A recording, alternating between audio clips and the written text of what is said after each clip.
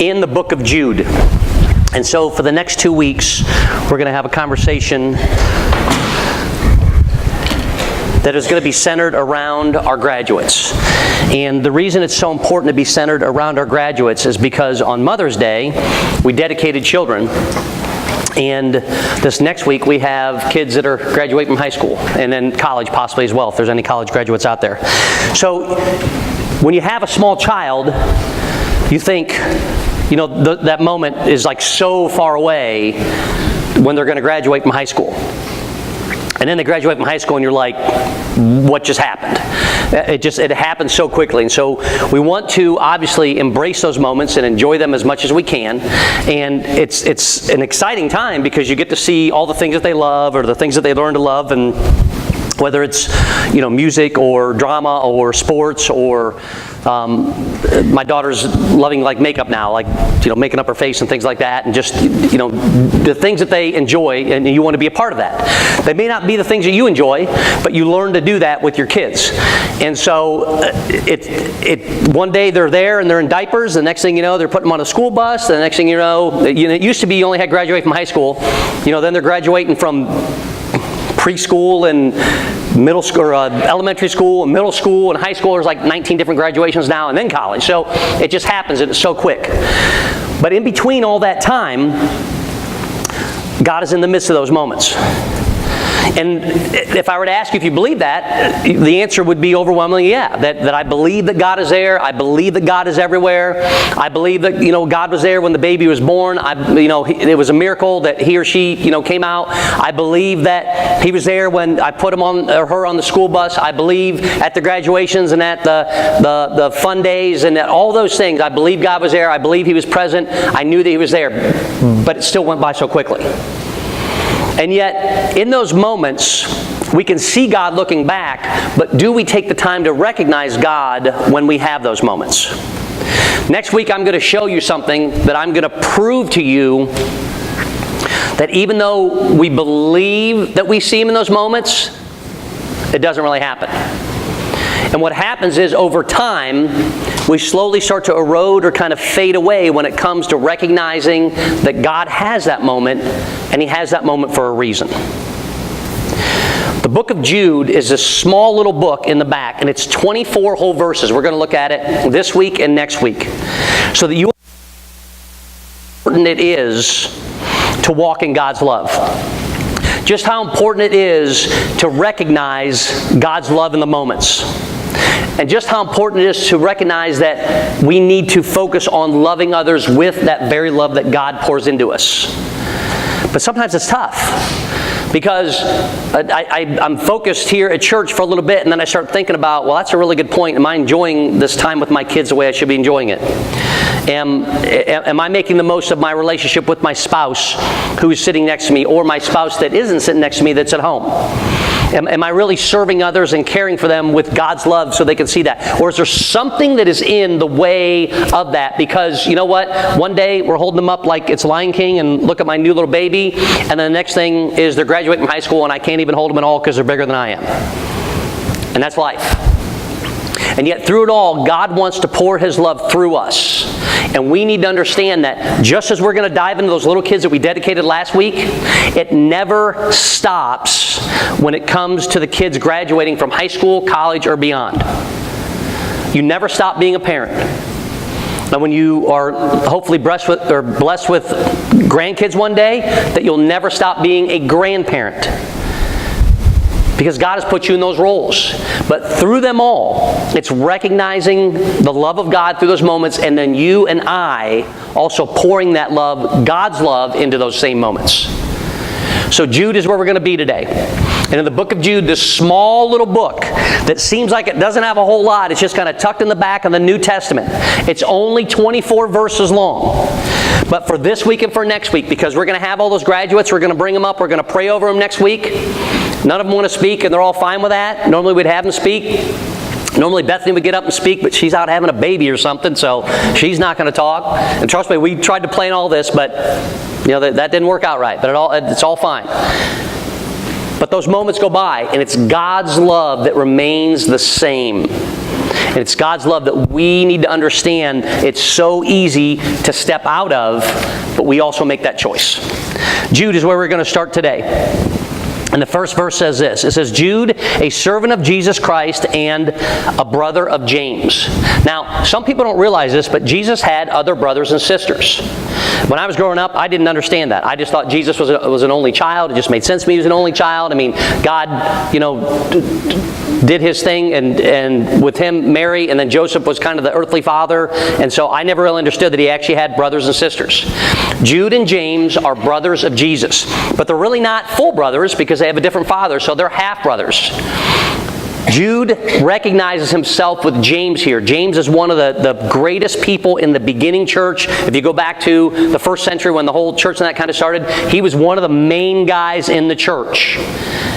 They lived with Jesus. They grew up with Jesus.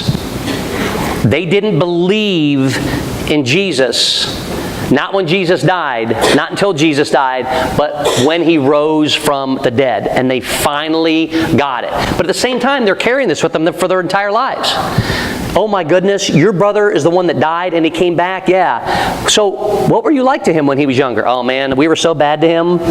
Man, the things we did, we made fun of him. We were always like, oh, you're mom's favorite, you're dad's favorite. And, and they were always like, why can't you be more like Jesus? And we're like, why can't you be more like Jesus? I mean, they were never going to win, right? But at some point in some time, when he died on the cross, there may have been a part of him that's like, fine, I don't have to hear all the comparisons and all that stuff. But then when he came back, all of a sudden they were like, whoa, what is going on here? So Jude recognizes himself as a brother of James, but James and Jude are the half-brothers, and they grew up with this guy named Jesus who died on the cross, was crucified, died on the cross, and rose from the dead. So he says this, to those who have been called, who are loved by God the Father and kept by Jesus Christ. So now, this is how he is recognizing himself. This is how he's tying himself to Jesus. I could have said, yeah, it's my half-brother. In fact, if he would have written to us and he would have said, this is Jude, and by the way, I'm Jesus' half-brother, we'd be like, oh yeah, well, we got to listen to what he has to say, right? I mean, we would read that. You and I would write it that way. Hey, I'm John, and I'm Jesus' half-brother. And that's how we would probably write it, except we're also God's children, and we don't walk around and go, hey, I'm John, I'm, God's son. Hey, I'm a child of God. You're a child of God. We don't talk like that. But here's how Jude tied himself to his half-brother. He said, to those who've been called, who are loved by God the Father and kept by Jesus Christ. So it's God's love that pours through us, and then we are kept literally by his son, his half-brother. He says this, mercy, peace, and love be yours in abundance. So he's like, man, this is what I want for you. I want you to have mercy on people. I want you to know that you have God's mercy. I want you to have a love of other people, that same love that God has poured into you. And I want you to have peace that you can walk with that only God can bring us.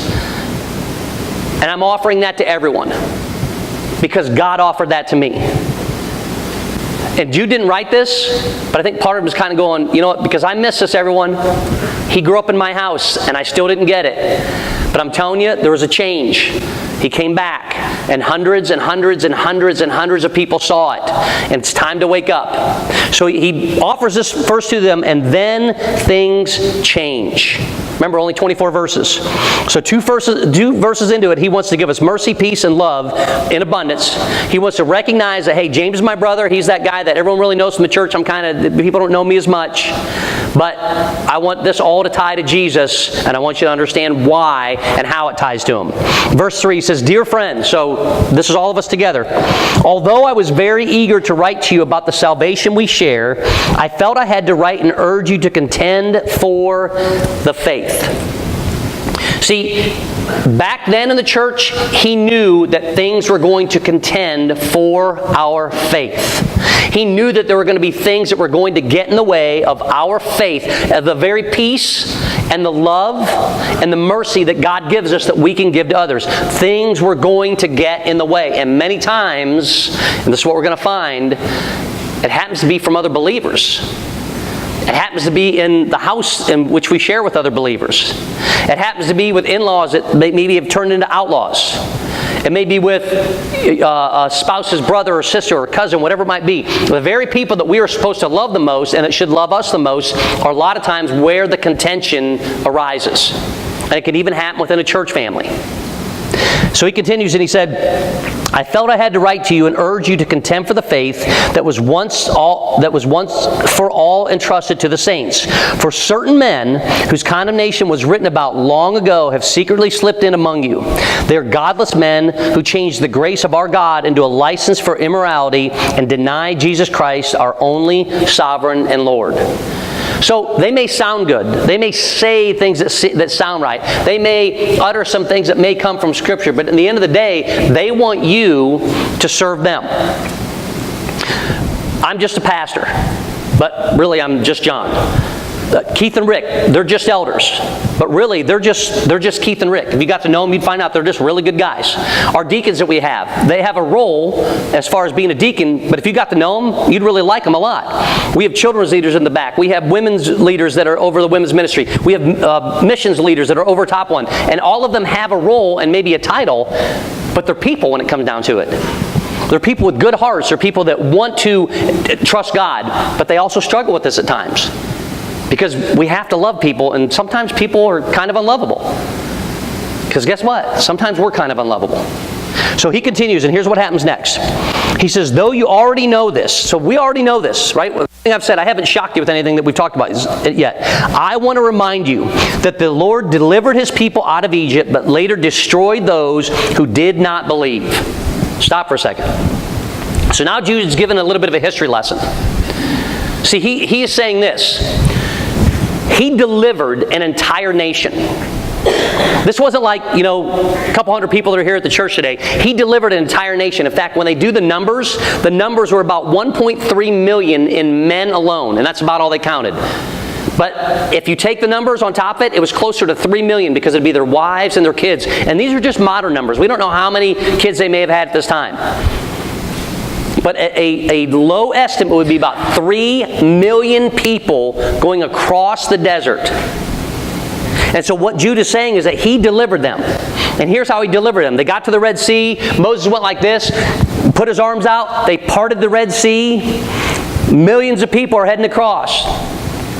They're going across, going across. By the way, if you like Google Earth, you can search on Google Earth and go to the Red Sea. And if you take a look on the western side, there's an area that's all a desert area toward the top of the Red Sea. And it's the only place that millions of people could have gone through to go across.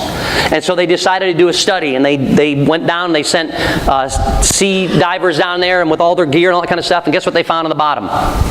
Chariot wheels and chariots. Kind of cool, kind of crazy, but you know what? People need evidence. Go look for it. Water's pulled back. Millions of people are walking across it.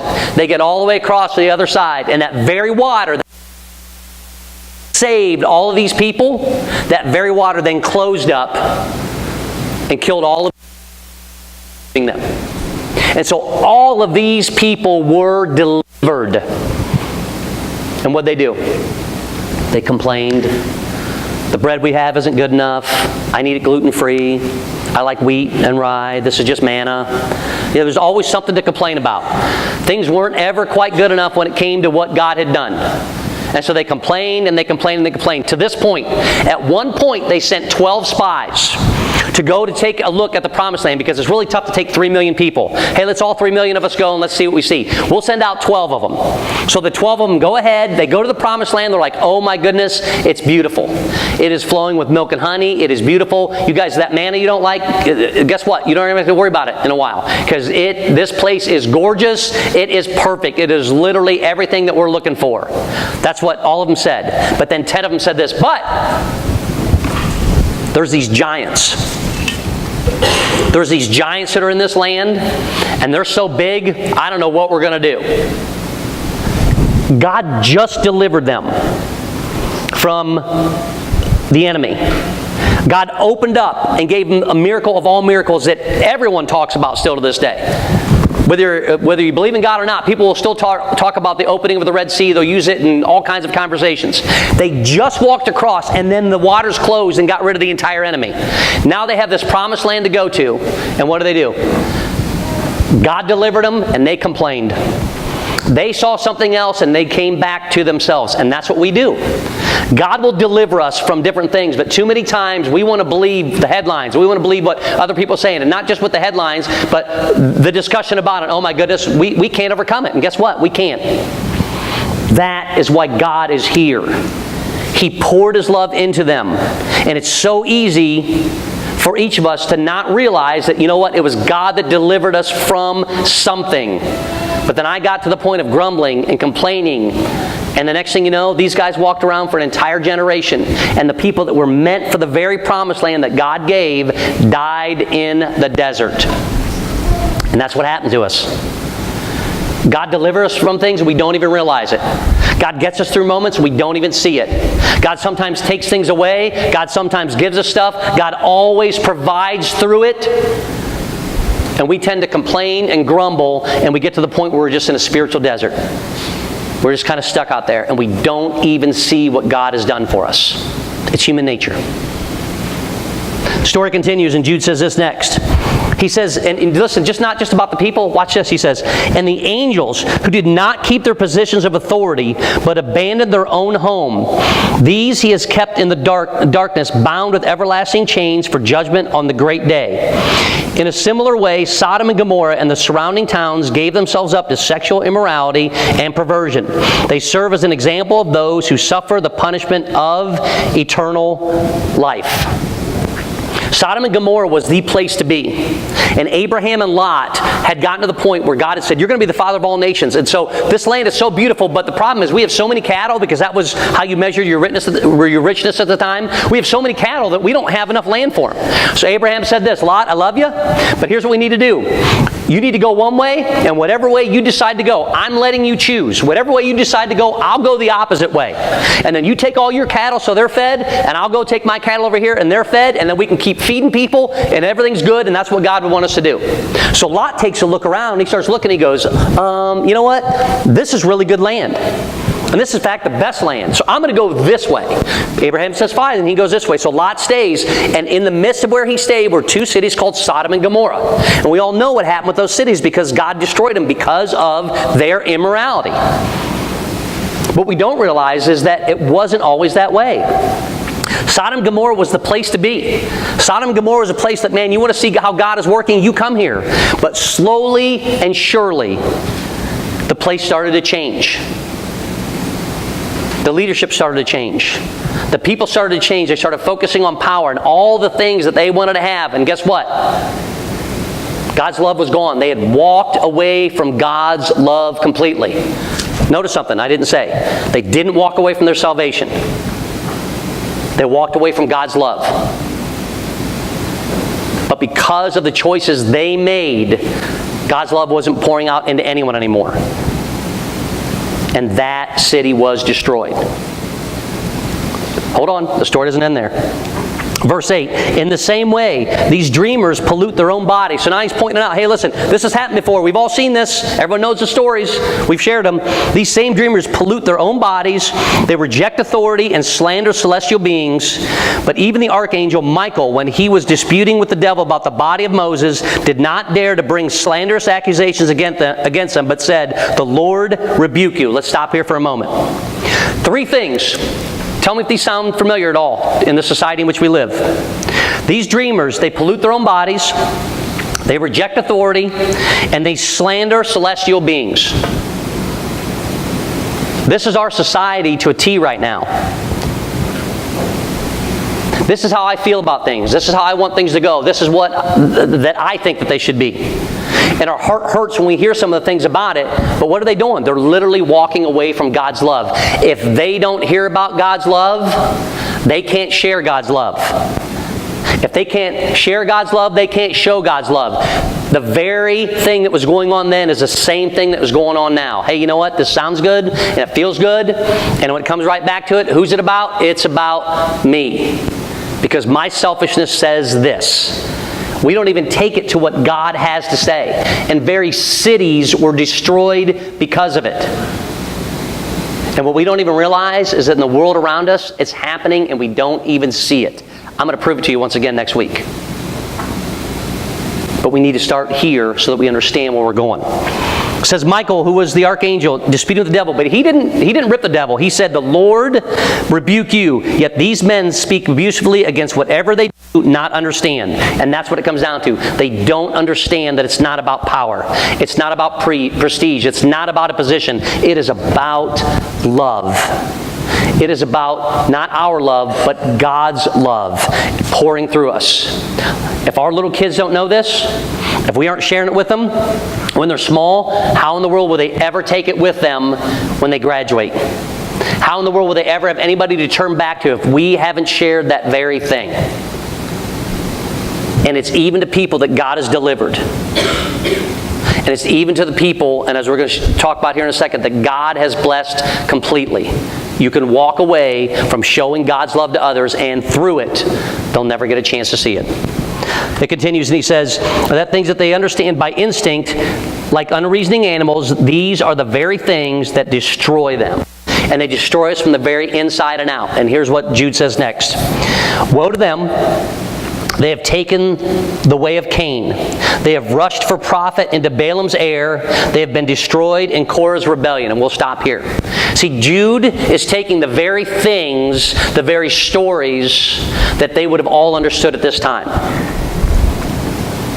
And yet if I were to tell you or ask you, okay, tell me about that whole Balaam story. Not a lot of us could share that story. Well, what about Korah? Well, I don't really know who Korah is. Okay, Cain. Oh, I know Cain. Cain killed Abel, right? We all know that. In each of these stories, there are lessons. But they're stories that we have to be able to go back to. They're stories that we have to be able to share. They're stories that we have to help our young kids, because as they grow up, they've got to be able to turn back to them.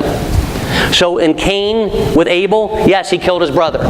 Why did Cain kill his brother? Because his offering wasn't good enough, and that's what God told him. But rather than go to his brother and turn to his brother, he got mad that God put him ahead of him, and he killed him. And a lot of us say, well, I would never do that. You probably wouldn't. But see, there's a message behind it. It was his anger. It was his anger that got the best of him.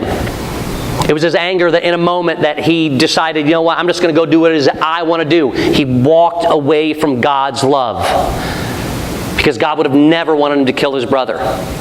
And yet in the words we say, and how we treat people, sometimes in raising our voice, and just in that moment of becoming so angry, there's no possible way. This is something that comes from the inside.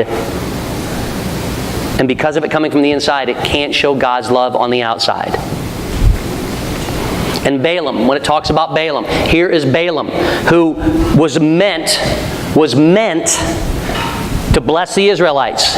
And these guys came to him and said, hey, we want you to curse the Israelites. That's what they did in the Old Testament. And Balaam said, no, I can't do that. And they said, listen, we'll give you a lot of money. He's like, nope, I can't do it. We're going to give you all the silver and gold. And he goes, I don't think you guys are understanding me.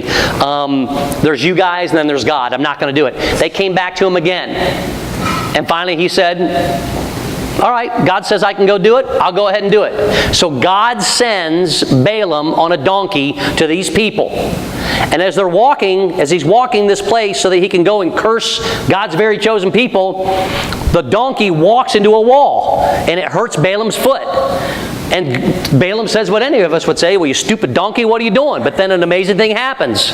The donkey turns around and starts having a conversation with Balaam. And says, well, you dummy, God told you not to do this and you're doing it. This is like Shrek in the Bible. Who knew Shrek was in the Bible, right? Now, I want you to think about this for a second. If you were riding a donkey and the donkey suddenly started having a conversation with you, what are you thinking? Just be honest with me here. If you think you are losing your mind, put your hand up. Be honest with me. I want everyone hand up. Come on, come on, come on. You think you're losing your mind. That's what I'm talking about. He didn't even recognize God within the moment. That's how quickly it happens. This is a prophet. This is a guy that gets the messages directly from God. Then all of a sudden God sends him a donkey. The donkey starts talking, and then the donkey says, hey, there's an angel over there trying to stop you. That's why he walked into the wall. Thing freaked me out. And you can't even recognize it. You're worried about your foot. And Balaam still went. He still went to curse the people. And when he went to curse the people, he goes up, and instead of a curse coming out, he blessed them. And the guys are like, hey, bro, we got a lot of money here that we're going to give you, and you're blessing the people. It's a fascinating story. Balaam's greed is what took over. So when the anger takes us over, when the greed that we've got to have more takes us over, we can't recognize God. We can't see Him within that. It's what I want. It's what I have to have. And then the third part, Korah. Korah's looking around and he's like, man, that Moses guy's pretty good. You know, he stutters a little bit, but, you know, he seems to get things. He's, led 3 million people across that Red Sea thing. That was neat. But then he says, you know what? I can do what Korah does. I'm the one, if he can do it, then I can do it. And then more people will listen to me.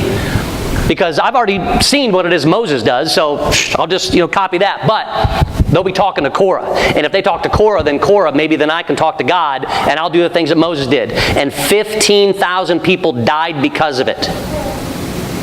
Why? Because Korah was envious.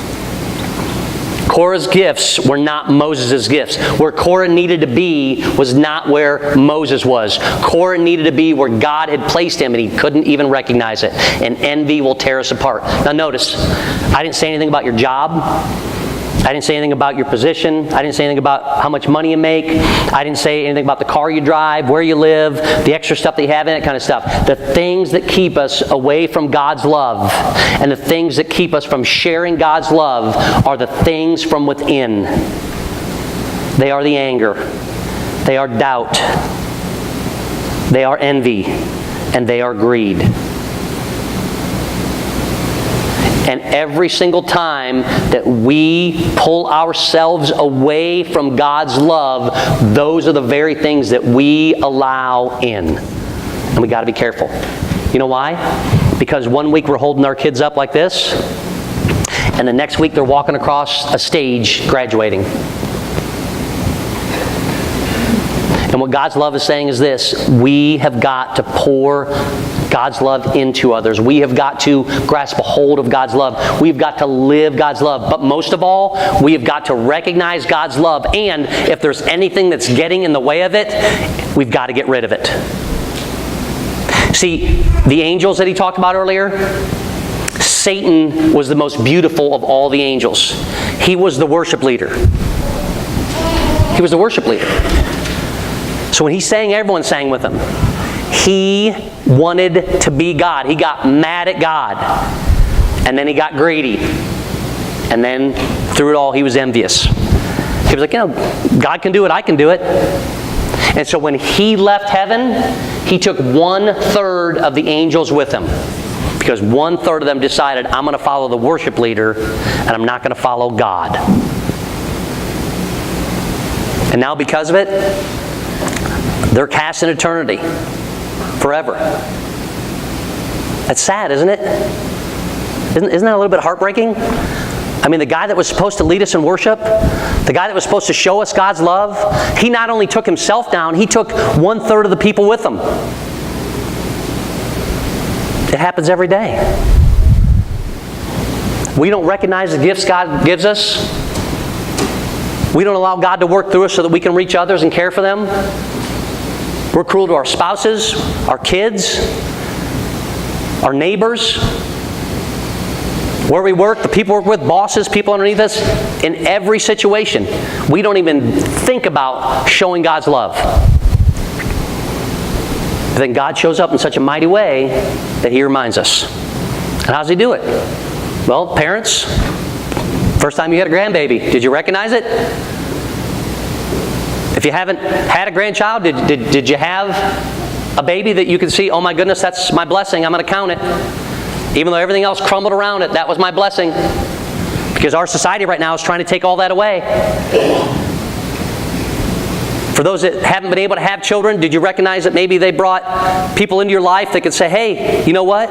Maybe you don't have kids, but my goodness, you get to be such a great opportunity, or such a wonderful opportunity to love others and care for others, that they did bring this guy or this gal alongside of you. And maybe they have kids, and you get to be an aunt or an uncle or whatever it might be to them. Why? To show God's love and to share it. 70% of 70-year-olds grew up in church. 50% of 50-year-olds grew up in church. 30% of 30-year-olds grew up in church. What's it tell you about 15-year-olds? What's it tell you about 10-year-olds? What's it tell you about 5-year-olds? But it's the job of the 70-year-olds who grew up in church. It's the job of the 50-year-olds who grew up in church. The 30-year-olds who grew up in church. To reach out to those younger folks, because they have less and less and less of a chance to hear about God's love. And if we aren't showing it, how are they ever going to see it? And the very thing that's stopping us isn't God's love. It's the things from within. It's the anger. It's the envy. It's the greed. It's the doubt. It's the worry. It's the anxiety. It's whatever it is that the very devil that left heaven, who kicked himself out of heaven, basically, and took all the other angels with him, because he suffered from the very same things that you and I do. And he put himself in the place of God. I want you to think about this week as you're interacting with other people, because you're going to have to. I mean, life would be easy if we didn't have to deal with people, but we have to. I want you to look at every single opportunity to see if you are showing God's love. I want you to look at every conversation you have and try to recognize God within it. And when you feel the things rising up from the inside, that you can stop long enough and say, you know what? Satan, you know what? World, you know what? Headlines, you know whatever. God says rebuke it, I'm rebuking it. Through God, I'm rebuking it, and I'm just going to stop there long enough and give it to God, and then I'm going to pour that love that God pours into me into someone else. Because our kids need it. And their friends need it. And our grandkids need it. And if we don't choose to do it, how will they ever know? See, Jude started off by just having a simple warning. Hey, you know what? You're saved. Oh, you're good. You've got fire insurance. You're going to heaven. Good. Yay for you. We may be just passing through, but we're passing through with God's love. And we have got to put the things aside to be serious about what God has intended us to do in our walk. Part 2 finishes next week. I want you to focus upon that this week. I know schools are ending and the week, all that kind of good stuff, and then the summer's going to be beginning. But in between those times, God stays the same. He doesn't change. And He has blessed us with that opportunity. And He has delivered us from things we never thought that we would be delivered from. And all He asks for us in return is to live His love, to allow His love through us, and then to show that to others. Just challenge yourself to do so. The praise team is going to come up. Would you just bow your heads with me and let's say a quick word of prayer. God, I'm thankful that we get to celebrate our graduates next week. I'm thankful that we have 4 guys that will be stepping up into roles within our church family. I'm thankful for our church family, Lord, and their desire to want to know more about You. God, I pray that this week that we can pour Your love into others. I pray that we will recognize You pouring Your love through us. God, these stories that we have from the Old Testament, Lord, we can learn from them every day. But God, help us to not just learn from them. Help us as we learn it that we will take it and we will love others with it. That we'll share it in such a way that people can see You through us. But God, challenge us. Lord, help us to step up personally. Help us to take this to You personally. Help us to have a conversation with You about this. Help us to know that it not only matters, but it matters for each one of us, because we're all going to walk out here in a little bit. We're all going to head to our place in this world. And it's going to be right where You have us. God, help us to put away the anger. Lord, help us to put away the greed. And help us to step past all that envy. And just to focus on where You have us this day. Lord, we love You. It's in Your name that we pray. Amen. Would you all please rise?